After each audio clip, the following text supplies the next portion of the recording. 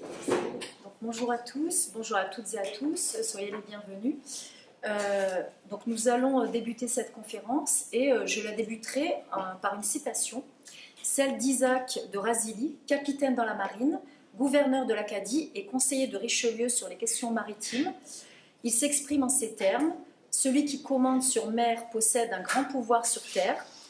Donc nous observons que dès 1624, Richelieu a le souhait de faire de la France une véritable puissance maritime et le souligne ainsi, donc je le cite: « Se rendre puissant sur la mer donne entrée à tous les États du monde ». Donc le sujet à l'ordre du jour est la géopolitique des mers et des océans. Quel défi pour la France? Cette question essentielle est au cœur de nos programmes d'enseignement. Au collège en 4e, le thème 3 des espaces transformés par la mondialisation, mais également au lycée général technologique et professionnel, ou encore dans l'enseignement de spécialité, le thème 2 en première, analyser les dynamiques des puissances internationales, et le thème 1 en terminale, de nouveaux espaces de conquête.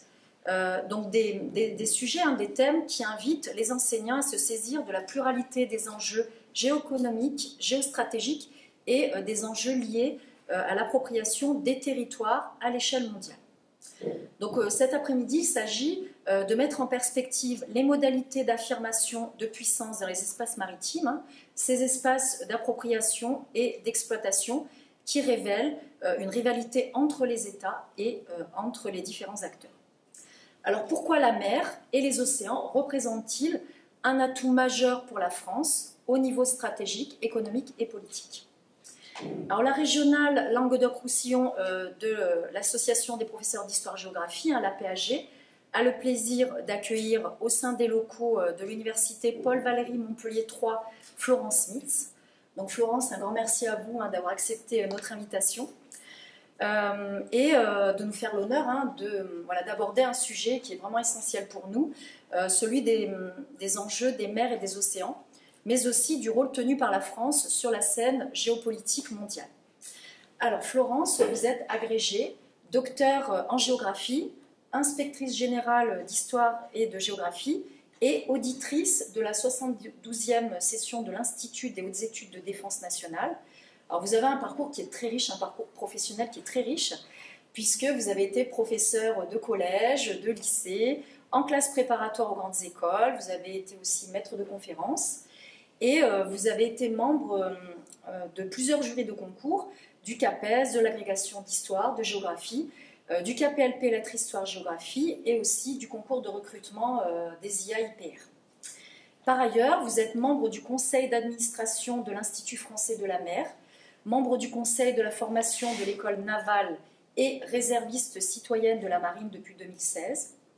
Mais vous êtes aussi l'autrice d'ouvrages sur la question. Par exemple, j'en citerai deux. Donc vous avez co-dirigé avec Stéphanie Becher l'Atlas géographique et géopolitique de la France aux éditions Autrement en 2022. Et aussi avec Tristan Lecoq, Enseigner la mer chez Canopé en 2016. Enfin, vous avez rédigé de nombreux articles sur le cyberespace, la défense et les espaces maritimes dans le monde essentiel. Donc je vous remercie et je vous laisse à présent la parole. Merci beaucoup. Merci beaucoup. Bonjour à tous et avant de commencer, justement, j'aimerais remercier Mme Chavely pour son invitation au nom de l'APAG Languedoc-Roussillon et adresser des salutations particulières à Danielle Le Prado-Mado, l'IAIPR d'histoire-géographie qui est présente dans cette salle. Est-ce que vous avez besoin du micro pour l'enregistrement? C'est ça. Il faut que je me recule parce que là j'ai l'impression d'avoir le micro dans l'œil. Donc le sujet qui m'a été proposé est à la fois porteur de crainte et d'espoir. Il est, comme vous venez de le rappeler, corrélé à plusieurs entrées des programmes d'histoire-géographie, mais aussi d'enseignement moral et civique, à la fois du collège et du lycée, que ce soit en voie générale, en voie technologique ou en voie professionnelle, et au sein de la spécialité histoire, géographie, géopolitique, sciences politiques. Donc le fil conducteur de ma présentation est que l'océan est à la fois une composante essentielle de la géopolitique contemporaine et une clé de lecture du monde tel que nous l'appréhendons actuellement. Depuis 10 à 20 ans, ce de manière assez générale, le monde est marqué par le retour et l'affirmation des stratégies de puissance et, de manière corrélée, le recul du multilatéralisme. Une des manifestations les plus récentes est l'annonce par la Russie, le 21 février 2023, de la suspension de sa participation à l'accord de réduction des armes stratégiques New START. De nombreux acteurs, notamment militaires, et parmi eux le chef d'état-major de la Marine, soulignent que l'on n'est plus seulement confronté à des crises, mais bien à des ruptures profondes, et que les problèmes et les enjeux que nous affrontons désormais sont mondiaux. Donc, face à cela, l'océan est une grille particulièrement utile pour en identifier les manifestations, les enjeux et les défis. Parce que l'océan redevient un lieu de confrontation et potentiellement d'affrontement de premier plan, ce qui a des incidences sur la France. Donc, pour comprendre et illustrer ce fil directeur, je vais organiser mon propos en 3 points d'inégale importance, et je pense que beaucoup de ces points vous seront familiers. Les spécificités de l'océan et leur importance dans un monde maritimisé, l'océan comme lieu de l'essor des confrontations et des tensions, et enfin les défis pour la France entre affirmation et souveraineté. Donc les caractères physiques et juridiques de l'océan ont contribué à la maritimisation du monde. En ce sens que s'il est toujours difficile de dire quel est l'élément premier pour expliquer la maritimisation, il est indéniable qu'il y a un lien, d'une part, entre les caractères physiques des mers et des océans, qui ont été reconnus et renforcés par la réglementation internationale, et d'autre part par la maritimisation, à savoir la dépendance des économies à la mer, et cette maritimisation qui marque nos sociétés et nos économies contemporaines. Alors, les mers et les océans, comme invite à le souligner l'introduction du thème 1 d'HGGSP, sont des espaces singuliers, tout comme d'ailleurs aussi le cyberespace et l'espace exo-atmosphérique. Cette singularité des océans, des mers et des océans, est le fruit de 3 paramètres. 2 tiennent aux paramètres ou à la géographie physique, et le 3e relève du droit qui s'y applique. Alors, plutôt que des mers et des océans, dans cette partie, je vais plutôt parler de l'océan pour souligner sa continuité, parce que cette continuité est une de ses caractéristiques principales, et avec notamment les 2 océans arctiques et antarctiques, on a une continuité totale qui est renforcée par les courants et notamment par les différences de salinité et de température qui permettent d'avoir une circulation thermohaline. Et du coup, on sait qu'une goutte d'eau met à peu près 1000 ans pour faire entre 1000 et 1500 ans. On dirait que la fourchette est large, entre 1000 et 1500, mais enfin, on a quand même une certaine durée pour franchir toute cette distance. Mais ça va aussi poser le point suivant, ou le 2e paramètre suivant, à savoir la profondeur, c'est qu'on a non seulement une très vaste superficie d'eau, mais avec des températures, ne serait-ce qu'en surface avec la différence de température liée à la position en latitude, et de salinité, qui font qu'on a justement ce brassage, et en même temps la possibilité, non seulement donc aux gouttes d'eau de se déplacer, mais aussi aux navires, ne serait-ce que, alors après le passage du Cap Horn est loin d'être aisé, mais vous voyez là aisément la continuité donc près des 2 pôles, mais aussi du fait des interventions humaines qui ont permis donc de passer de la Méditerranée à la mer Rouge et à l'océan Indien par le canal de Suez, et entre l'océan Atlantique et l'océan Pacifique par le canal de Panama. Et bien évidemment, donc il y a aussi ce qui a longtemps été le cap de Bonne-Espérance. Mais pour autant, cette continuité est essentielle parce que les océans couvrent 70% de la surface du globe, et elle est d'autant plus importante que, et j'ai pris cette représentation qui n'est peut-être pas tout à fait la plus parlante, mais encore qu'on a tout le bleu, et on voit la répartition de la population mondiale avec plus c'est haut, plus il y a de population. Et on voit que plus de 50% de la population mondiale vit à moins de 50 km de la côte. Et on peut dire aussi que 60% de la population vit à moins de 100 km de la côte. Donc, on peut résumer cela dans une formule qui est bien connue, à savoir que la mer unit ce que la terre sépare. Cela a également une conséquence sur l'accès aux ressources, car les courants marins qui favorisent ou non la présence de plancton, les poissons et les mammifères marins se déplacent aussi très librement dans ces espaces, si bien que lorsque l'on protège des zones de pêche ou que l'on interdit la pêche, les poissons, eux, n'en ont pas nécessairement conscience, ce qui a aussi des enjeux internationaux.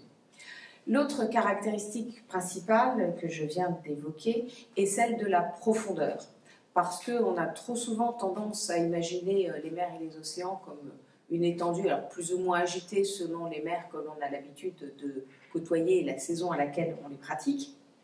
Mais la profondeur, à savoir la colonne d'eau et le plancher océanique, sont des éléments très importants, tout comme d'ailleurs, notamment pour les marines, la colonne d'air qui est au-dessus.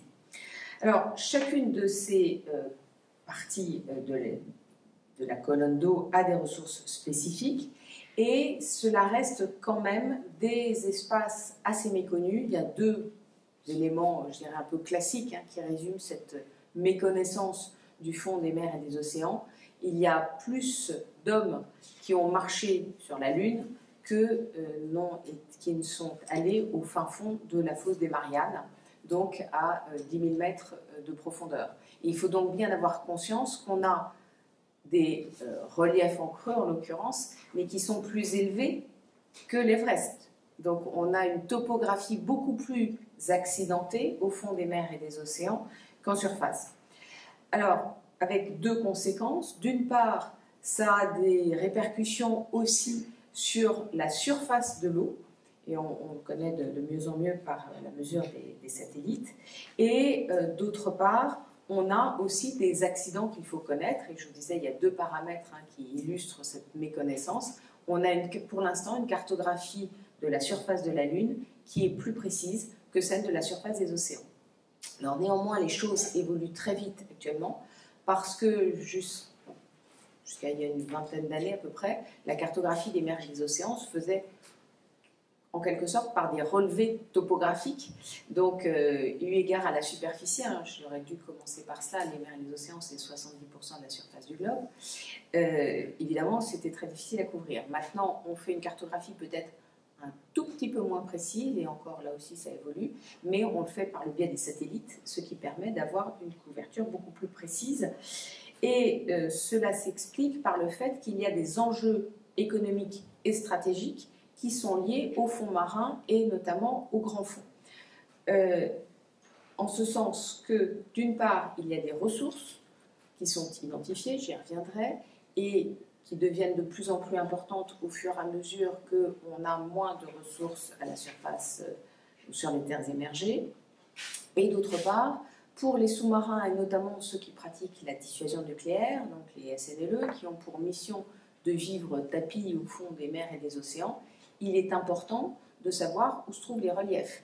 Et en 2005, de mémoire, un sous-marin américain s'est échoué au fond de l'eau sur, donc je ne suis pas sûre que le terme d'échouage soit approprié, mais a en tout cas tapé un récif qui n'était pas signalé, ou un relief plutôt, qui n'était pas signalé, avec des conséquences quand même un peu fâcheuses. Donc c'est aussi important parce que, j'y reviendrai, j'insiste sur le fait quand même que vous voyez que si on a la fosse des Mariannes, qui est le point le plus bas du fond des mers et des océans, on atteint quasiment les 11 000 mètres. On a aussi à proximité des zones, et notamment en mer de Chine méridionale, qui sont là, au contraire, très peu profondes. Alors, la faible profondeur a un avantage, c'est que les ressources sont facilement accessibles. Moins c'est profond, plus vous avez de lumière, de végétaux, et donc plus vous avez de poissons. Mais on verra aussi qu'il peut y avoir d'autres difficultés à ne pas avoir de profondeur.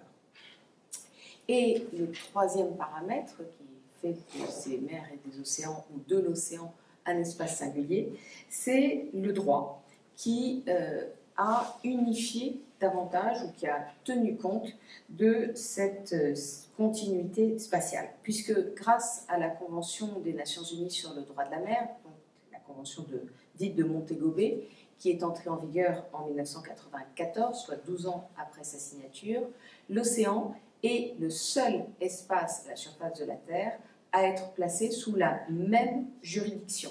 Alors vous pouvez me dire, non, il y a des divisions, sauf que les règles qui s'appliquent au sein des eaux territoriales, au sein des zones économiques exclusives, au sein de la zone d'extension du plateau continental et a fortiori au sein de la haute mer, sont les mêmes, quels que soient les points du globe où l'on se trouve. C'est-à-dire que ce n'est pas parce qu'on est dans la zone économique française qu'il va y avoir une réglementation différente de la zone économique exclusive australienne ou japonaise ou autre.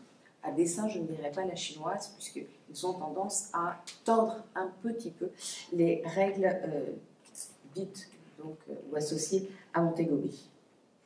À côté de ces normes liées à des espaces, nous trouvons aussi la libre circulation et le droit du pavillon.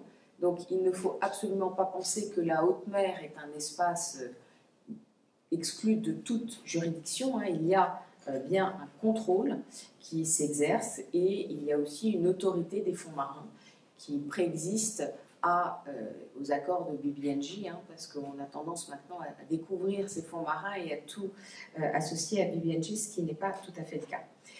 À cela s'ajoutent des organisations internationales comme l'Organisation maritime internationale, des organisations régionales, notamment dans le domaine de la pêche. Et donc, depuis le 4 mars 2023, le traité sur la conservation et l'utilisation durable de la biodiversité marine des zones ne relevant pas de la juridiction nationale, c'est-à-dire la haute mer, c'est qui a marqué l'aboutissement du processus donc BBNJ, Beyond Border of National Jurisdiction. C'est le seul espace, donc cet océan, à avoir une législation unique, même si elle laisse plusieurs points en suspens, et ce sont bien ces points en suspens qui donnent lieu à des tensions croissantes, ce que nous allons voir par la suite. Donc, ces paramètres font des mers et des océans des espaces qui sont fondamentaux pour l'humanité et la prospérité de nos sociétés. Ce sont donc des espaces fondamentaux par la mise en relation qu'ils permettent, par les ressources, et on a toujours, je dirais, et je pense que dans vos classes vous utilisez systématiquement ces chiffres, 90% du commerce mondial se fait par voie maritime. Alors je me suis amusée à mettre plutôt la carte avec la transposition ou la position réelle des navires hier soir à 21h, au moins pour tous ceux qui avaient activé leur balise AIS, puisqu'on sait que justement tout ce qui est activité clandestine, ils se gardent bien de mettre leur balise en fonctionnement, parce qu'elle présentait pour moi l'avantage de pouvoir distinguer assez facilement les différentes routes maritimes, puisque en rouge, on peut dire que vous avez donc ce sont tout ce qui est cargo, avec en grande partie les porte-containers, et là on voit donc la route circumterrestre qui passe donc à travers le Pacifique, qui rejoint le Japon, la Chine, le détroit de Malacca, le nord de l'océan Indien. On passe par le canal de Suez, la Méditerranée, et on repart ensuite vers la côte est des États-Unis. On voit aussi, alors là, on peut imaginer, plus exactement, c'est la connaissance antérieure qui permet de le voir, parce que sur la carte, on n'a pas la taille, ou en tout cas, il aurait fallu que j'ai l'activation en direct pour voir quelle était la taille de chacun des navires. Mais si on avait la carte active, on verrait sans doute que le tonnage des navires sur cet axe est plus gros que ces points-là, où on a sans doute plus de transbordement avec les fonctions de hub, puisque les navires de 23 000 EVP, donc équivalent 20 pieds, ne peuvent pas se rendre dans la plupart des ports. Donc 90% du commerce qui se fait par voie maritime. On parle beaucoup donc de ces porte-containers. Cependant, le commerce maritime est constitué à 50% de céréales et d'oléagineux, à 30% de produits énergétiques et de minerais, et à 20% de marchandises. Et c'est là qu'on voit, avec notamment tout ce qui est vert, Donc, pardonnez-moi, j'ai inversé mes couleurs. On a là tout à l'heure les tankers en rouge et en vert, on a tous les cargos. Tout à l'heure, je suis en train de me dire, il y a quelque chose qui cloche. J'aurais dû re-regarder la légende au lieu de me fier à ma mémoire.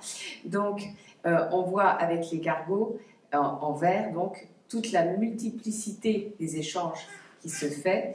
Et en même temps, justement, il serait beaucoup plus important d'avoir les couleurs et d'avoir les différences de taille. Et on a, au cours de la deuxième moitié du XXe siècle, les flux du commerce maritime ont progressé 7 fois plus vite que la production mondiale, contribuant ainsi à la troisième phase de la mondialisation, qui est marquée par une organisation de la production à l'échelle mondiale et une financiarisation de la planète. Il faut dire que le container, d'une part, le gigantisme et la spécialisation des navires ont fait chuter le coût des transports de manière drastique et ont permis aussi à l'ensemble des acteurs qui contribuent à la production d'accéder au transport maritime. Parce que avant la période des containers, vous deviez avoir une masse suffisante pour justifier le recours à un bateau. Maintenant, vous pouvez louer juste un tiers, un quart, un huitième de container pour transporter votre marchandise, ce qui a multiplié les acteurs qui ont accès au transport maritime en même temps que le coût était réduit de façon drastique. Et même si aujourd'hui on assiste à une certaine remise en cause de la mondialisation avec l'affirmation de régionalisation, de souveraineté, le monde reste encore marqué par le poids de la géographie, notamment pour les productions agricoles ou encore pour toutes les productions de minerais et d'hydrocarbures, même si on voit que les choses peuvent changer très rapidement, puisque la découverte et l'exploitation de gaz de schiste aux États-Unis a modifié complètement la donne dans le transport d'énergie et dans les centres de production, puisque les États-Unis sont redevenus autonomes, indépendants, et donc on a beaucoup moins d'échanges en la matière, en tout cas vers eux.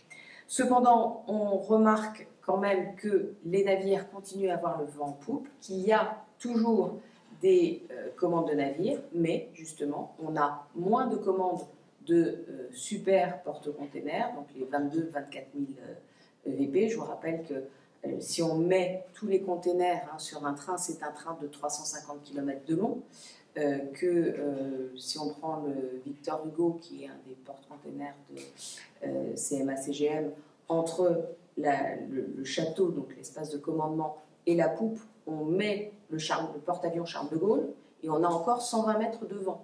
Donc ce sont véritablement des géants des mers. Donc on a moins de commandes de ces géants des mers. En revanche, on continue à avoir des commandes assez importantes pour les plus petits, ce qui permettent à la fois la navigation régionale, mais aussi la fonction de hub, avec donc des 8 à 10 000 EVP. Et dans le même temps, on a, vous voyez à peu près quand même sur les mêmes concentrations, on a les quelques 450 câbles en fibre optique par lesquels transitent plus de 95% des données numériques à l'échelle mondiale. Donc qu'il s'agisse des séries, des informations et surtout de la finance. Parce que si pour nous, dans nos vies quotidiennes, on s'intéresse peut-être plus à Internet sur l'aspect ludique, sur le plan économique, la finance joue un rôle là qui est beaucoup plus important. Et il y a environ 10 000 milliards de dollars qui transitent quotidiennement via les câbles numériques. Or, ceux-ci ont été très longtemps dominés par les États, et notamment les États occidentaux. Depuis une dizaine d'années, on voit les acteurs privés s'y intéresser, notamment les GAFAM, parce que justement, pour vendre toutes leurs séries, télé, etc., ils ont besoin de pouvoir s'assurer de la distribution de ces câbles. Mais pour eux, la mer, quelque part, n'a pas d'importance. Il faut faire circuler l'information, ils ne sont pas intéressés à la donnée maritime en tant que telle. Néanmoins, ils passent par donc les câbles sous-marins. Mais on a aussi d'autres pays qui s'y intéressent, notamment les BRICS, et d'autres pays qu'on pourrait y associer parce qu'ils frappent à ce club. Et d'après l'amiral Udo de Bainville, qui est un ancien chef d'état-major de la marine, on devrait assister assez rapidement à un véritable choc au fond des mers parce qu'il y a une menace que ces câbles se divisent entre des câbles qui véhiculeront du dollar et des câbles qui transporteront une monnaie alternative que les BRIC devraient annoncer cet été lors de leur prochain sommet, donc en août 2023, ce qui annoncerait du coup un clivage au fond des mers entre les différents câbles, avec aussi des menaces évidentes, parce que, alors, il n'est pas évident ou facile de couper un câble, néanmoins, il y a des points de fragilité sur les câbles, notamment les points d'atterrage, lorsque les câbles regagnent ou atteignent la terre ferme, notamment, et une rupture de câble pose problème. Alors évidemment, quand on est un pays comme la France, avec une dizaine de câbles à peu près, ou il y a beaucoup de pays, finalement, il n'y a pas tant de pays que ça qui ont plusieurs câbles, mais justement, une rupture de câble a des conséquences économiques catastrophiques. Et si on a moins d'alternatives, chaque câble étant par contre exploité par une société différente, mais on peut avoir quand même des partages en quelque sorte.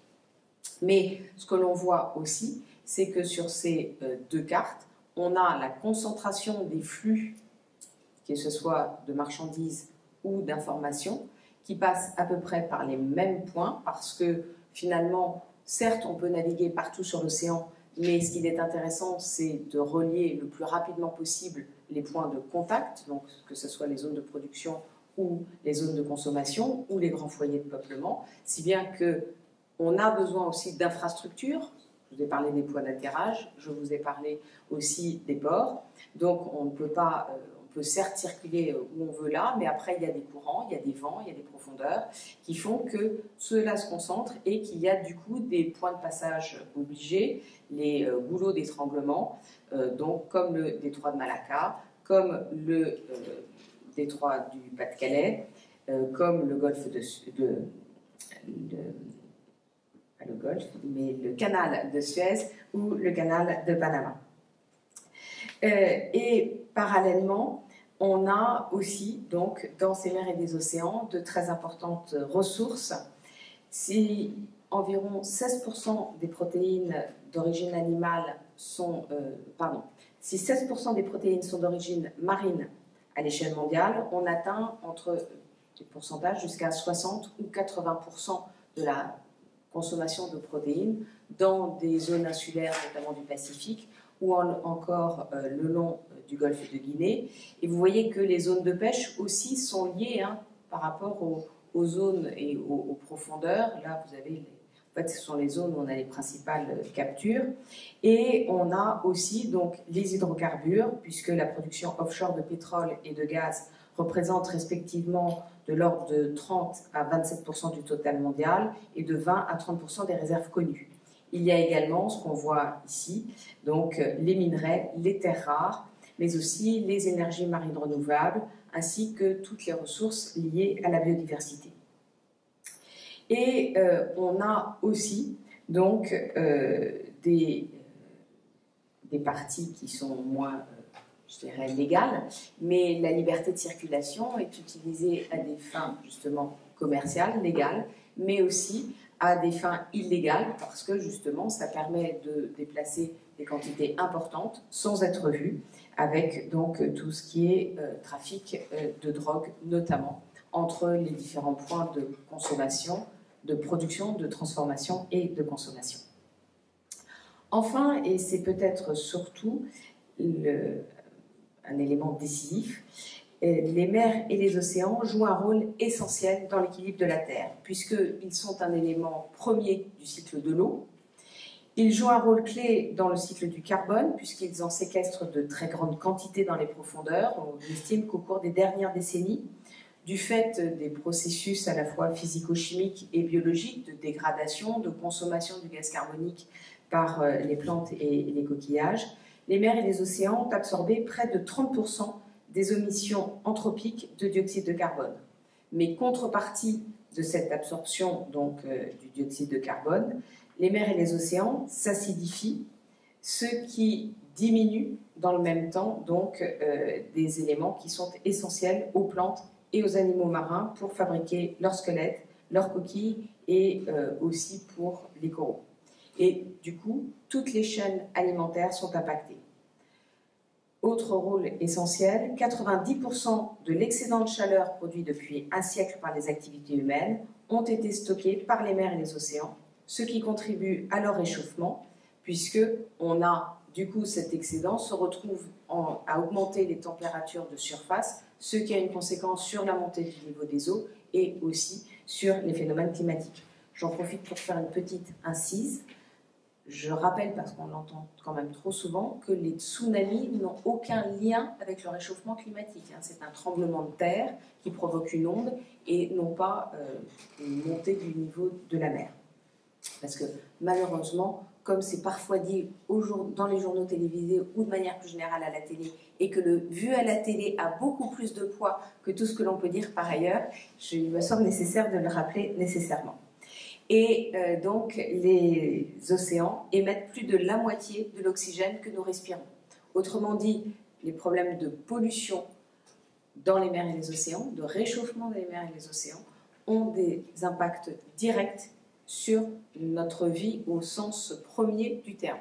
Donc, quand on dit que les mers et les océans sont essentiels à la vie, c'est vraiment l'ensemble des paramètres. C'est aussi bien l'air que nous respirons, les températures ou l'eau dont nous pouvons bénéficier, que les ressources alimentaires, que aussi tous les gadgets et supports techniques qui sont par exemple présents dans cette salle.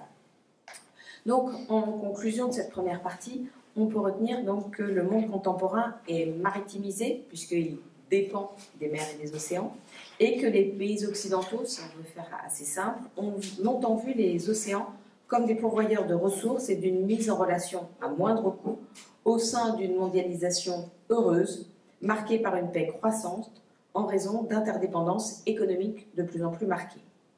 Or, les tensions et la guerre en Ukraine montrent que les interdépendances économiques ne garantissent plus la paix. Donc, l'océan est désormais un lieu de montée des tensions et des confrontations. L'avantage de la mer, donc, est que l'on peut y faire de la diplomatie. Lorsque l'on fait appareiller un porte-avions, et notamment Charles de Gaulle, on peut soit montrer l'importance que l'on accorde à un pays si on fait une escale dans ce pays, soit montrer qu'on est prêt à aller plus loin. Lorsque l'on hésitait à aller en Irak aux côtés des Américains, le porte-avions a appareillé et s'est tenu aux côtés des Américains jusqu'en Crète, en attendant de voir ce qu'on faisait, et les Américains ont poursuivi et lui est resté ensuite en Méditerranée. Du coup, cette diplomatie peut passer à la démonstration de présence et à la projection de force ou de puissance. Et de plus en plus, on parle d'un retour au combat naval. On voit en effet depuis 20 ans un armement et un réarmement naval qui vont croissant. La marine chinoise est devenue depuis quelques années la première du monde en capacité. Il faut dire qu'elle a quasiment triplé en tonnage depuis le XXIe siècle. Et parallèlement, l'amiral Liu Waking, qui dirigeait la marine chinoise entre 1982 et 1988, a théorisé le passage d'une défense côtière à une défense au large. Et aujourd'hui, la marine chinoise implante des bases à l'étranger pour avoir, donc je pense notamment à Djibouti ou à Gwadar, et elle a aussi appris à durer à la mer. Donc, les pays occidentaux y ont d'abord vu la volonté des pays, et notamment de la Chine, d'avoir une marine en mesure de protéger son approvisionnement. Force est de constater qu'aujourd'hui, les capacités atteintes, les compétences maîtrisées font qu'on est aujourd'hui en présence de marines qui ont d'autres objectifs que la simple, entre guillemets, protection de leurs approvisionnements. Ce retour ou cette venue à la mer, même si on peut parler aussi d'un retour pour la Chine, le seul point c'est que c'est une période beaucoup plus ancienne, a suscité d'autres mouvements. Et donc on a vu on voit que des pays comme l'Inde, le Japon, la Turquie, l'Algérie, l'Égypte, la Grèce, etc., réarment et constituent des marines assez puissantes. Alors certes, la marine américaine reste de loin la plus puissante et la plus expérimentée, mais il faut quand même garder présent à l'esprit que l'Algérie a tiré des missiles balistiques depuis un sous-marin 5 ans avant la France. Donc on a quand même des choses qui se jouent, et les cartes sont donc en train d'être rebattues, et les puissances navales classiques n'ont pris conscience de ce réarmement et donc n'ont réagi en quelque sorte qu'il y a environ 10 ans, alors qu'il a commencé dans les années 90-2000. Donc on a un certain retard à rattraper pour être présent dans les deux zones fortement militarisées que sont devenues le Pacifique et la Méditerranée. Et de fait, les comportements sont aujourd'hui de plus en plus agressifs. Alors si on prend le cas de la seule mer de Chine méridionale, on voit l'impact de la capacité des armées et de l'évolution des forces politiques. Parce que, en fait, en 1933, un commandant français, le commandant Georges Missmaker, avait reçu l'ordre de prendre possession des archipels des Spratleys et des Paracels. Et donc, peut-être que si la France y était restée, on n'aurait pas les conflits actuels, où on serait positionné différemment. Mais à l'époque, il part donc de l'Indochine et il s'appuie sur le fait de l'ancienneté de l'influence du royaume d'Annam sur ces îles, avec une flottille tout à fait minime, puisqu'elle n'est composée que de 3 navires, une canonnière, un chalutier et un bâtiment hydrographique. Et à l'époque, c'est sans aucune difficulté qu'il prend possession des différents îlets. Il signe un acte de possession de l'île, le met dans une bouteille et scelle la bouteille dans une borne frontière qui est érigée. La mission de consolidation de la place de la France dans cette région du monde était à l'époque passée quasiment inaperçue, d'une part parce que l'information circulait beaucoup moins bien, mais aussi parce que lorsque la Chine en a eu connaissance, elle n'a pas véritablement eu les moyens de réagir. Cependant, ce qui a été appelé à l'époque l'incident des 9 îlets est assez rapidement devenu un emblème pour les nationalistes chinois, pour lesquels l'intégrité territoriale de la Chine était fondamentale, et cet incident a accru le ressentiment face aux traités inégaux. Mais comme les forces à la fois politiques et militaires de la Chine dans les années 30 restaient faibles, les nationalistes ont été assez pragmatiques et plutôt que d'attaquer la France, ils se sont tournés vers un autre type d'acteurs, les cartographes.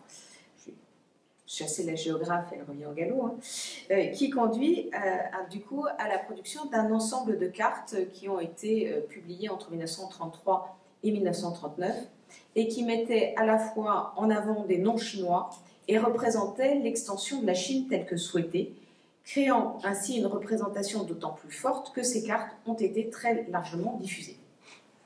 Parmi ces cartes figure celle qui est dessinée par Bai Meishu en 1936 pour le New China's Construction Atlas, c'est évidemment une traduction, qui englobe pratiquement toute la mer de Chine méridionale, dont il affirme que c'est l'espace naturel des pêcheurs chinois, et c'est cette carte qui popularise les 9 traits. Alors là, c'est une reproduction de la carte, et je signale que les deux cercles,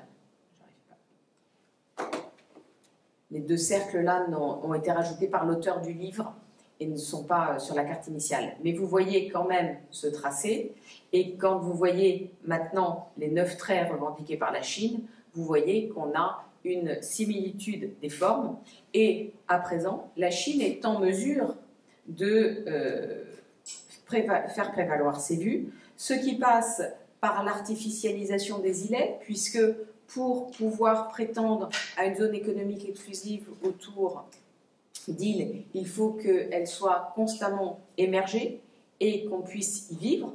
Donc, du coup, on a la bétonisation, d'autant plus que ça permet de faire des bases militaires.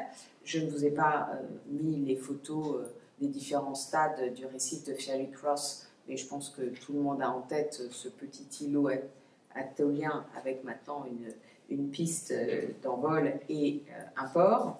Et il se dit qu'il y a aussi des missiles qui sont implantés maintenant pour faire le déni d'accès, avec aussi dans cette zone pour la Chine, alors même que c'est une zone économique exclusive, que des bateaux ont le droit, au titre du passage inoffensif, d'aller y compris dans les eaux territoriales, la Chine revendique la liberté d'accès pour ses seuls navires au sein d'une grande partie de la mer de Chine méridionale, et donc s'approche de plus en plus près de tout navire, notamment militaire, occidental, qui croise dans cette zone, ce qui explique donc les missions de liberté de circulation menées par les Américains, menées aussi par la France. Mais il y a parfois un sous-marin chinois qui émerge au milieu d'un groupe aéronaval. Ce n'est pas forcément toujours souhaité, on va dire.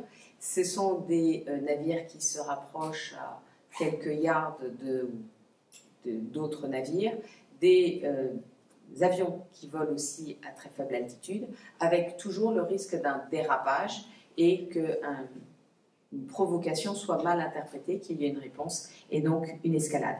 Et il y a aussi toute la démonstration de force avec la multiplication des exercices dans cette zone. Donc cet intérêt de la Chine pour la mer de Chine méridionale est lié à plusieurs facteurs. L'importance du contrôle des routes maritimes qui la traversent, avec, je vous rappelle aussi, le dilemme de Malacca qui a été formulé il y a maintenant près d'une quarantaine d'années, qui est le fait que l'essentiel des approvisionnements et des exportations chinoises passe par ce détroit de Malacca et que la Chine n'a pas de contrôle sur celui-ci. Et après, on a de toute façon, quand ils sortent de Malacca pour remonter vers les principaux ports mondiaux qui sont sur la côte chinoise, on a là la nécessité d'une protection. Ce sont les ressources en hydrocarbures, c'est l'importance des ressources halieutiques, mais c'est aussi, j'évoquais tout à l'heure, la faiblesse des fonds. Les sous-marins chinois n'ont pas la capacité de se diluer dans cette mer de Chine méridionale du fait de la trop faible profondeur. Donc, la Chine y voit une nécessité de pouvoir complètement, en quelque sorte, verrouiller cette mer jusqu'à ce que ces sous-marins puissent se diluer. On voit aussi que les conflits terrestres se prolongent en mer. Au Yémen, c'est le cas, le conflit déborde en mer. Dans le Golfe arabo-persique, l'Iran agit avec des moyens limités, mais elle fait aussi prévaloir ses vues. Il faut savoir qu'une mine dont le coût peut être estimé à 4 000 € serait capable d'endommager suffisamment un navire pour que celui-ci bloque le détroit d'Ormuz. Évidemment, blocage du détroit d'Ormuz, un blocage du détroit d'Ormuz signifierait une crise majeure à l'échelle mondiale. Donc, cela permet à des acteurs non étatiques, qui maîtrisent moins les règles de l'engagement et la maîtrise des armes, d'intervenir sur la scène géopolitique, ce qui rend la chose, du coup, particulièrement dangereuse. Et, dans le même temps, on a des considérations maritimes qui ont des impacts sur les conflits terrestres. Une des causes de l'invasion de la Crimée par la Russie a été le refus par l'Ukraine de renouveler le bail du port de Sébastopol à la Russie. Or, ce port de Sébastopol est essentiel dans le dispositif russe d'accès aux mers chaudes. Et donc, on a là un point qui a été majeur. Et même si la mer ne joue pas un rôle essentiel dans le conflit actuel entre la Russie et l'Ukraine, on a vu quand même des destructions de bateaux à la fois russes et ukrainiens. On voit à la fois des attaques depuis la mer vers la terre, des destructions de navires donc depuis la terre par des missiles ou par des drones. Et aussi, la Russie, lorsqu'elle a attaqué l'Ukraine, avait pris soin, notamment en Méditerranée, de placer de nombreux bateaux autour du groupe aéronaval français pour neutraliser celui-ci, si jamais la France avait eu l'idée de réagir à l'attaque lancée le 24 février. Et on a aussi un impact majeur sur la circulation des flux maritimes de céréales. L'Ukraine et la Russie sont de très gros exportateurs de céréales et on voit que là, on a une difficulté à faire sortir les grains. Des itinéraires alternatifs ont été mis en place par la route ou par le rail, mais évidemment les capacités ne sont pas les mêmes et c'est un des moyens de pression avec justement aussi un des rôles là que joue la Turquie pour négocier le passage par la mer Noire. Mais il faut voir que cela touche notre sécurité alimentaire puisque 750 millions d'habitants dépendent à plus de 50% des céréales venant d'Ukraine ou de Russie, d'où l'importance de ces accords. Et en même temps, on sait qu'une trentaine de navires de commerce ont été touchés depuis 2019, dont une quinzaine durant le conflit en Ukraine au large d'Odessa. Donc, face à ces menaces, on a une multiplication des exercices des marines de guerre, qu'elles mènent soit seules, soit en coopération avec un pays, soit de façon plus large, pour multiplier l'entraînement au combat en haute intensité. Ça a été le cas notamment, la marine française a conduit un exercice en décembre 2021, Polaris, en Méditerranée. C'était 6000 personnes mobilisées, donc 4000 Français et 2000 étrangers, avec l'idée que c'était simuler un combat de haute intensité le plus réellement possible. C'est-à-dire que la plupart des exercices, lorsque le navire était touché, continuaient parce que, si vous voulez, on considérait que c'était l'entraînement. Là, on apprend aussi à s'adapter à la perte du système de téléguidage, je vous dis à peu près n'importe quoi, que si le navire est coulé, il a été exclu de l'exercice, et donc les bleus contre les rouges, le scénario est un peu plus complexe que ça quand même, mais le bleu contre les rouges, ben, les bleus avaient tout à coup une unité en moins, et il fallait qu'ils apprennent à continuer à combattre contre les rouges avec moins de capacité. Donc, et s'il y avait des captures qui étaient faites, etc., tout ça était intégré avec donc un scénario qui était évolutif pour tenir compte justement des conditions qui changent. En même temps, on a un accaparement des ressources et les trafics. Donc, c'est l'accaparement des ressources avec le cas notamment de la pêche illégale et non réglementée, dite pêche INN. Donc, cette pêche INN, qui est très importante, recouvre 3 types de pêche illégale. La pêche illicite, c'est-à-dire qui est réalisée sans autorisation ou en violation des lois nationales, régionale ou internationale. La pêche non déclarée, c'est-à-dire que soit on ne déclare pas l'activité de pêche, soit on fait une déclaration erronée, notamment lorsqu'il y a des espèces qui sont soumises à des quotas.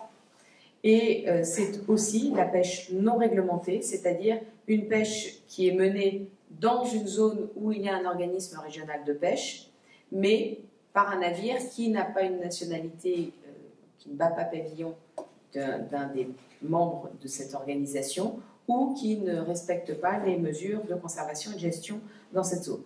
Alors, on estime que cette pêche INN concerne à peu près 16% ou entre 15 et 16% des captures à l'échelle mondiale, ce qui a un impact considérable notamment sur la biodiversité parce que par définition, ce sont souvent dans des zones où ils vont au-delà du seuil de renouvellement des espèces, et en même temps il y a une concurrence forte avec les pêcheurs locaux, et je pense là notamment au golfe de Guinée où on estime que là c'est entre 40 et 60% des captures qui sont faites de manière illégale avec des navires de type navire industriel face à des parcs de pêche locales, ce qui déstructure complètement à la fois l'alimentation des riverains, parce qu'elle est aussi essentiellement liée aux protéines marines, mais aussi donc toute l'économie, et ce qui renforce du coup à la fois la piraterie, le trafic d'armes et le trafic de drogue. Et donc, bien évidemment, c'est une des composantes du trafic que je vous ai mentionné tout à l'heure. Alors, le temps me manque pour évoquer aussi les tensions qui seraient liées à la montée des eaux, avec, sur un plan géopolitique, des questions qui seront néanmoins majeures, parce que lorsqu'on a des petits États insulaires, quand le point culminant de l'État est à 5 mètres, si l'État disparaît, même s'il a pris soin d'acheter des terres en Australie, par exemple, est-ce qu'on peut être un État parce qu'on a le passeport, en quelque sorte, et qu'on est implanté ailleurs, sans inscription physique, puisque l'île a disparu. Ça va être un des enjeux qu'il va falloir résoudre au cours des années à venir. C'est aussi toutes les questions géopolitiques, alors peut-être plus nationales, mais la géopolitique, ce n'est pas forcément que de l'international, hein, mais c'est de l'accès aux ressources, de la survie. Lorsque vous avez, là je pense notamment au Bangladesh, une salinisation des nappes phréatiques qui va jusqu'à plus de 100 mètres du trait de côte, 100 km, pardonnez-moi, du trait de côte, on a là des ressources majeures qui sont menacées. C'est aussi tout ce qui est exposition au risque, avec des villes qui sont maintenant déplacées, il y a un plan de déplacement de Bangkok notamment, mais c'est aussi New York qui va être de plus en plus inondée lors des tempêtes. Et c'est aussi, donc justement, tous les impacts des catastrophes climatiques, que ce soit les cyclones, les typhons, les tempêtes et la pollution. On a récemment parlé de l'océan de plastique, mais aussi maintenant il pleut du plastique et c'est les microparticules. C'est-à-dire que le problème, ce n'est pas finalement tellement les sacs en plastique qu'on peut voir, c'est toutes ces microparticules. Et je vous rappelle que autant on nous encourage à manger du poisson parce que le bilan carbone est moins néfaste que celui de la viande, et dans le même temps, on vous incite à ne pas en consommer plus de 2 fois par semaine, entre la pollution de plastique pour tous les poissons et les métaux lourds, dès lors que vous consommez un poisson de fin de chaîne alimentaire de style thon. Donc ça pose là un défi quand même considérable. Donc quelles sont les conséquences de cette situation pour la France ? Tout d'abord, il faut avoir conscience que cela concerne l'ensemble de la société française. Je viens de vous parler de l'alimentation. L'alimentation ne relève pas de la Marine nationale. Tous les impacts de notre vie quotidienne, je pourrais faire le test de savoir d'où viennent nos habits, mais il y a une forte chance qu'ils soient passés à un moment ou à un autre par la mer. Et je reprendrai ici les termes du chef d'état-major de la Marine, Pierre Vendier, lors de son audition à l'Assemblée nationale en juillet 2022, qui disait, je cite, « Les problèmes que nous rencontrons sont globaux. Notre commerce est mondial. Notre énergie devra durablement être importée depuis l'extérieur du continent, ce qui constitue un fait nouveau. Notre prospérité dépend de facteurs économiques mondiaux. Par conséquent, notre sécurité est mondiale. » Et donc, du coup, nous devons être en mesure d'exister sur, sous et au-dessus des océans. Donc, la Marine nationale est au 7e rang en tonnage, mais elle figure parmi les 3 premières marines du monde si l'on considère par contre ses capacités d'intervention. Puisque, avec la Marine des États-Unis, qui est encore une fois de loin la première du monde, les marines françaises et britanniques sont pour l'instant les seules à maîtriser l'ensemble des opérations marines, à savoir la dissuasion nucléaire, la prévention, l'intervention et la protection. Donc, de ce fait, on a différents types de navires et par contre, la marine française a un format minimum. Certains ont parlé parfois d'une marine bonsaï. Vous voyez, on a bien tout, mais en petite quantité. Alors, c'est parfait, c'est soigné, mais ce n'est pas forcément très fort. Donc, parce que, eu égard à l'importance et à la variété de ses missions, la marine, donc, a, encore une fois, ce format minimum. Elle bénéficie de base sur toutes les mers du globe grâce au territoire ultramarin. Mais il ne faut pas, en quelque sorte, se laisser berner par cette carte, puisqu'on a l'impression que, finalement, on va aller partout. Alors, ils ont certes fait attention à essayer de couvrir principalement les océans, mais vous voyez qu'on est très présent sur les États-Unis, alors que là, en fait, c'est les bateaux pour toute la façade atlantique, que l'on soit proche ou loin des côtes.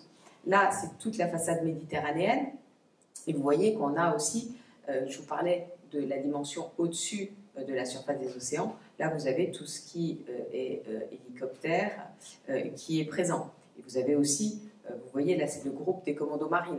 Donc, ce n'est pas du tout la même importance que d'avoir un porte-avions, que d'avoir un groupe commando-marine. Évidemment, ils n'ont pas les mêmes missions et les commandos sont essentiels, mais n'ont pas la même ampleur et ne représentent pas le même engagement. Et après, vous avez aussi les points pour les Outre-mer, mais il faut quand même savoir que la zone économique exclusive, plutôt c'est un rappel, et j'y reviendrai à nouveau, est constituée à 97% par les territoires ultramarins. Et donc, que pour la Nouvelle-Calédonie, il est à un moment où on disait que c'était équivalent à n'avoir qu'un seul camion de pompiers pour tout un département. Et encore, certains allaient dire après que c'était parfois même, on a pu trouver des textes en disant c'est 2 camions de pompiers pour l'ensemble du territoire métropolitain. Si on fait la correspondance entre le nombre de bateaux et la zone à couvrir. Néanmoins, si, encore une fois, l'idée d'une abondance doit être nuancée. Il faut aussi souligner quand même que la marine a actuellement lancé un programme de renouvellement de ses bateaux qui permet d'avoir des navires de plus en plus performants. Néanmoins, elle a la nécessité de coopérer avec d'autres marines, notamment américaines, mais aussi des pays européens, pour mener à bien les missions qui lui sont confiées et pour s'entraîner, mais aussi pour faire respecter donc, des missions internationales comme la lutte contre la piraterie, comme le respect des quotas de pêche, etc. Alors, néanmoins, l'évolution du contexte international l'oblige à évoluer et à envisager donc ce retour du combat de haute intensité, en plus des missions qu'elle doit déjà conduire, ce qui explique notamment le lancement d'un nouveau porte-avions, le renouvellement de la flotte et la nécessité d'envisager des options qui permettent de faire évoluer les navires en fonction des besoins et des innovations, parce qu'il faut pratiquement 20 ans pour développer un porte-avions qui lui-même restera en activité encore près de 40 ans. Donc il faut pouvoir avoir des structures qui permettent d'avoir des implémentations qui arrivent au fil de l'eau. La capacité à maîtriser l'ensemble des opérations maritimes, et notamment la dissuasion nucléaire, qui constitue véritablement l'élément autour duquel la marine est construite. Parce que lorsqu'un SNLE se déplace, lorsqu'il sort de Brest, il a à la fois un sous-marin nucléaire d'attaque pour s'assurer qu'il n'y a pas trop de présence de sous-marins nucléaires d'attaque russes à proximité, parce qu'ils sont quand même très présents au large de Brest. On a les chasseurs des mines, on a les hélicoptères, on a les fusiliers marins. On a donc là une base essentielle et vous voyez autour donc, toutes les composantes de la marine et notamment les centres de transmission dédiés. Mais après, pendant tout le contrôle de la patrouille, pendant toute la patrouille qui dure à peu près 70 jours, on a le centre opérationnel de contrôle des SNLE et on voit donc les différentes fonctions de protection, de sûreté, de connaissance, de soutien opérationnel qui se dessinent.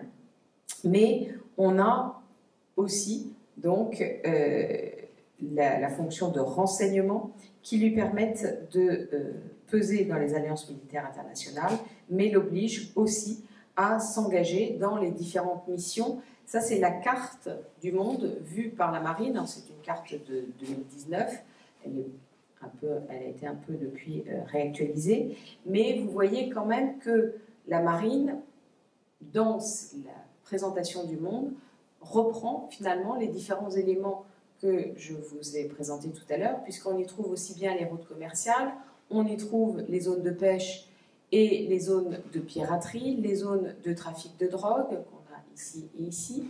On a aussi la protection des zones économiques exclusives françaises, on a les zones contestées de la mer de Chine méridionale, et vous voyez donc là la diversité de ces missions, puisque c'est aussi bien le maintien du respect de la libre circulation, ce qui veut dire à la fois s'assurer que des navires peuvent passer, qu'ils peuvent le faire en termes de sécurité, de sûreté, donc c'est la lutte contre la piraterie, c'est aussi le système de contrôle de la navigation, puisque 72% des importations de la France passent par la voie maritime. Ce sont les opérations internationales de lutte contre la piraterie, contre les trafics, ce sont aussi les opérations de projection de force et de puissance, mais ce sont aussi les opérations d'assistance humanitaire, notamment dans le cadre des accords France, entre la France, l'Australie, la Nouvelle-Zélande, au profit de petits États insulaires du Pacifique qui ont la garantie d'une intervention humanitaire en cas de catastrophe naturelle. C'est un exemple parmi d'autres. Et avoir la deuxième zone économique exclusive n'est en effet pas un gage de puissance en tant que tel. C'est pas parce qu'on a beaucoup juridiction, une grande part, une grande superficie, à savoir un peu plus de 11 millions de kilomètres carrés qui sont sous juridiction française, que ça permet à la France d'être puissante. Parce que si cette zone économique exclusive n'est pas exploitée ou si elle n'est pas protégée, à ce moment-là, elle sera pillée et elle ne sert absolument à rien. Et par contre, il faut voir quand même que même pour la France, on parle de notre zone économique exclusive avec une certaine assurance, mais même pour la France, les limites sont contestées. On pense notamment du côté de Madagascar, mais avec l'Italie, à partir du moment où on a commencé aussi à effectuer des partages en Méditerranée, c'est beaucoup plus complexe que ça en Méditerranée, mais il y a des contestations qui existent. En revanche, cette zone économique exclusive et les territoires ultramarins de manière générale permettent à la France d'être présente dans de nombreuses instances internationales, notamment en ce qui concerne la pêche. Et avec les mers et les océans, la France est voisine du monde, pour reprendre les termes de l'amiral Bernard Rogel. Elle a des frontières avec plus d'une trentaine de pays. Et par exemple, la France est frontalière, ou en tout cas est riveraine des Pays-Bas, mais du fait des Antilles et non pas évidemment du nord de la France. Mais c'est aussi la France, plus exactement, la France est la seule puissance résidente du Pacifique. Cela lui permet par exemple de faire partie de la communauté du Pacifique. En revanche, seules la Nouvelle-Calédonie et la Polynésie française sont membres du Forum des îles du Pacifique. Cela signifie du coup que la France doit être en mesure de faire converger sa vision stratégique, notamment en ce qui concerne l'Indo-Pacifique, avec celle de ces territoires, qu'il s'agisse de DROM, je pense là à La Réunion ou à Mayotte, ou à des collectivités d'outre-mer comme la Nouvelle-Calédonie et la Polynésie française.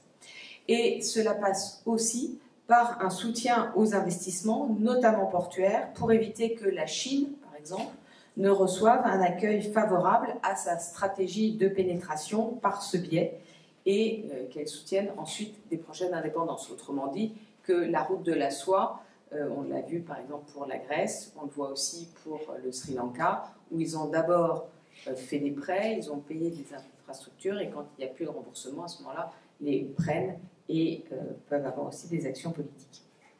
C'est aussi la nécessité de pouvoir déployer une composante maritime d'importance, comme le groupe aéronaval, et de faire des entraînements communs afin de montrer que l'on compte dans cet espace et que cet espace est aussi important pour nous, pour que les partenaires nous reconnaissent. Cependant, tout ne relève pas du militaire, et la France doit aussi savoir améliorer ses connaissances sur les mers et les océans, à la fois sur le plan militaire, mais aussi sur le plan scientifique, pour mieux les exploiter et les protéger. Il faut savoir ce qui se passe en mer, parce que ce sont des informations, parce que la Russie, par exemple, avait, entre guillemets, fait croire que la France avait attaqué la Syrie, alors que ce n'était pas la France, et on a pu démontrer par les enregistrements, justement, que ce n'était pas nous. C'est aussi savoir naviguer dans tous les types de mers et les océans. Maintenant qu'il y a le réchauffement climatique, l'océan Arctique devient plus accessible. Ce n'est pas du tout la même chose de naviguer dans l'océan Arctique que de naviguer dans la Méditerranée.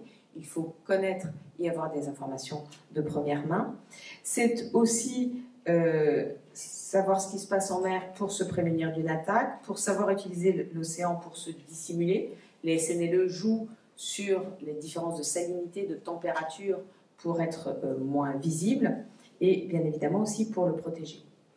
Donc cela impose un effort de chaque instant, parce que l'immensité de la zone économique exclusive empêche d'être présent partout au même moment, et cela peut passer par exemple par des innovations, ou en tout cas un peu d'innovation et de débrouillardise, puisque nous avons parfois des moyens limités. Des chercheurs se sont rendus compte que les albatros s'intéressaient aux endroits où il y avait des poissons, et donc si tout à coup on a une concentration d'albatros dans un endroit où il n'y a pas de terre habitée et où a priori aucun bateau de pêche n'est présent, c'est qu'il y a un bateau de pêche illégal. Et donc cette expérimentation a été menée donc, à partir d'albatros qui ont été bagués, et après évidemment on envoie des forces pour voir ce qui s'y passe et éventuellement donc agir. La surveillance s'opère aussi évidemment par les satellites et par les drones et par les vols et les missions de reconnaissance marine. Mais la nécessité de connaître et de s'affirmer est rendue visible aussi par des documents comme la stratégie de la mer et du littoral, qui a été établie sous la responsabilité du secrétariat d'État chargé de la mer.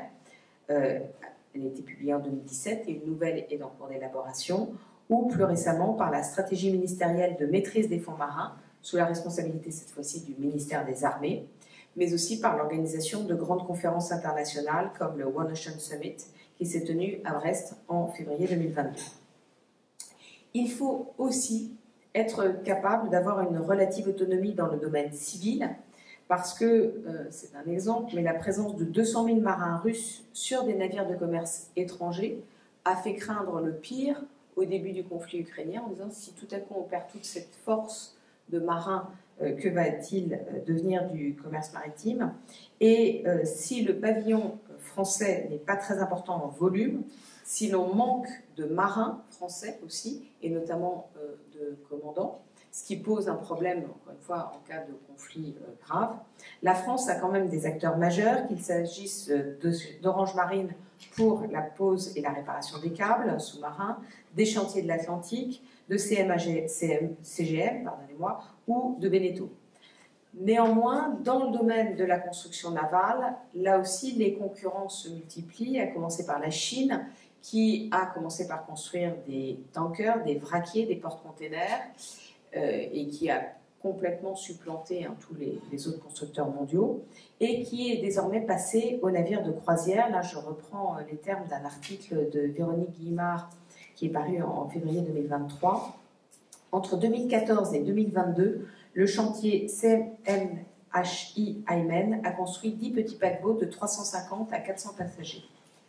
Début 2023, le groupe public China State Shipbuilding Corporation, numéro 1 mondial de la construction navale depuis sa fusion avec CSIC en 2020, a mis à la mer un premier grand paquebot d'une capacité de 6 700 passagers. Il doit être livré en septembre 2023 au croisiériste américain Carnival, qui doit réceptionner un second bateau du même type en 2025. Il y a encore 2-3 ans, on disait il n'y a que les chantiers de l'Atlantique et quelques autres fabricants industriels européens qui étaient en mesure de les produire. Et donc, on a là quasiment le dernier domaine de la construction navale où l'Europe, et notamment la France, avaient réussi à maintenir leur suprématie, qui est en train de nous échapper. Or, ces grands chantiers sont aussi ceux qui assurent la construction des grands navires militaires, ne serait-ce que pour les capacités des cales sèches. Et les chantiers de l'Atlantique sont en partenariat, du coup, avec Naval Group pour pouvoir justement utiliser les équipements. Et je reprends l'article de Madame Guillemard. Un affaiblissement de l'activité civile des chantiers de l'Atlantique aurait des répercussions dans le militaire. Or, la France est le leader européen du naval de défense grâce à Naval Group, qui développe et construit tous les types de bateaux militaires, corvettes, frégates, sous-marins et autres porte-avions. Donc, on a là, du coup, une obligation de continuer à innover, notamment dans le domaine des combustibles pour accélérer la décarbonation, par exemple, et maintenir une base industrielle et technologique de défense qui soit forte pour pouvoir continuer à maintenir notre souveraineté dans le domaine maritime. On peut aussi penser, et c'est en lien aussi avec la marine, au nucléaire, avec justement une poursuite d'expertise qui a été plus forte dans le domaine du nucléaire militaire, parce qu'au gré des programmes, il y a finalement toujours quelque chose sur le métier. Parce qu'il y a eu les sous-marins nucléaires lanceurs d'engins, les sous-marins nucléaires d'attaque, ou plus exactement les sous-marins nucléaires les SNA, les sous-marins nucléaires d'attaque, les SNLE, le Charles de Gaulle, les deuxième générations de sous-marins, alors que dans le domaine du nucléaire civil, il y a eu un très gros effort fait pour produire à peu près toutes les centrales nucléaires en un laps de temps de 10 ans, et maintenant qu'on veut relancer la production, on a eu une perte de savoir et d'équipe en la matière. Enfin, la France doit également protéger les eaux et les ressources de sa zone économique exclusive qui abrite le 4e espace corallien au monde, d'où une attention particulière portée aux aires marines protégées qui sont en forte croissance.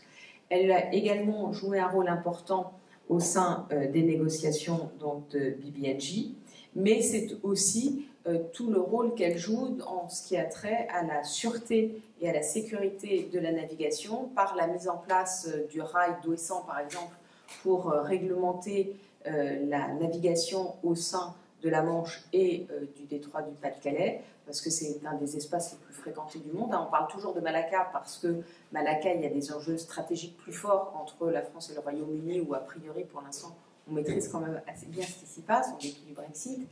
Mais on a quand même déjà 600 porte-containers, et ce ne sont pas les seuls, qui transitent ou qui croisent tous les jours au large de Brest. C'est quand même 200 000 navires et les bateaux sont quasiment à touche-touche. Et c'est aussi tous les centres de coordination des renseignements qui viennent des différentes marines, mais aussi des armateurs privés, des échanges d'informations pour savoir où en est la piraterie, où en est telle et telle menace. Donc, en conclusion, donc, les atouts, mais aussi les menaces liées aux mers et aux océans ne cessent de s'amplifier. Face à cela, il est nécessaire de maritimiser l'opinion publique pour qu'elle comprenne que l'océan, c'est plus que le bain, les poissons ou les voiliers, ou les paquebots de croisière. C'est notre vie par l'air que nous respirons, l'eau dont nous avons besoin, et c'est notre vie quotidienne, de notre alimentation aux vêtements, en passant par nos téléphones portables, etc. Mais c'est aussi notre sécurité. Et donc, cela impose une politique maritime forte, des capacités navales performantes et une vigilance de tous les instants. Et pour en savoir davantage, parce que là je n'ai quand même que survolé, et j'ai souvent aussi bafouillé, ce dont je vous prie de m'excuser, vous avez de multiples ressources, et alors il y a, je dirais, pour les cours, bien évidemment les fichiers du SCOL, mais pour un fond plus creusé, vous avez aussi toutes les publications du Centre d'études stratégiques de la marine, qui publie à la fois des brèves marines, des études marines, qui sont plus conséquentes évidemment, qui sont accessibles en ligne, mais il y a aussi des podcasts d'inégale longueur. Vous avez Echo, vous avez Periscope, vous trouverez des éléments que j'ai pris pour illustrer ce propos, et vous avez aussi de nombreux atlas qui paraissent à ce sujet. Je vous remercie.